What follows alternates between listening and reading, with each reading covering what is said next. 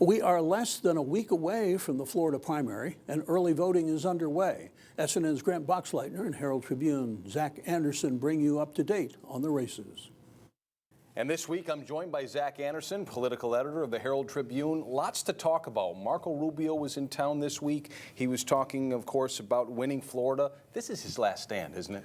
Yeah, especially after last night, we saw that Rubio did not win any states, got killed in Michigan, Mississippi, Idaho, Hawaii. Didn't even finish second. No, didn't pick up any delegates at all. So another big night for Donald Trump, and Rubio is facing questions about whether he might drop out of the campaign even before Florida's primary next week. Would that be disingenuous, though, to voters here who've already started voting early? He's probably got a lot of votes banked.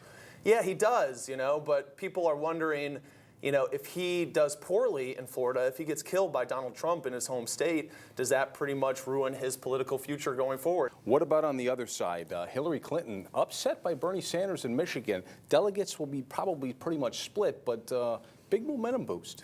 Yeah, it was a very big night for Sanders. It really kept his campaign going to win in Michigan, in the industrial heart of the Midwest. It shows that his objection to free trade really is resonating, and it really keeps him rolling. And there's a bunch of states that vote next week that are very similar to Michigan. What are you hearing about Clinton's strength in Florida?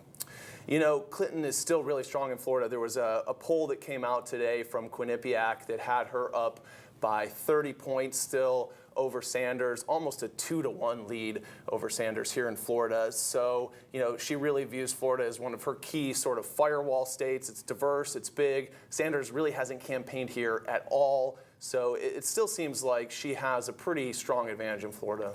Clinton is going to be in Tampa on Thursday, and Sanders has a rally scheduled in Tampa on Thursday. He's been attracting huge crowds. Probably people from this area will go up to that event as well. All right, Zach Anderson, thanks for joining us. Thanks for having me.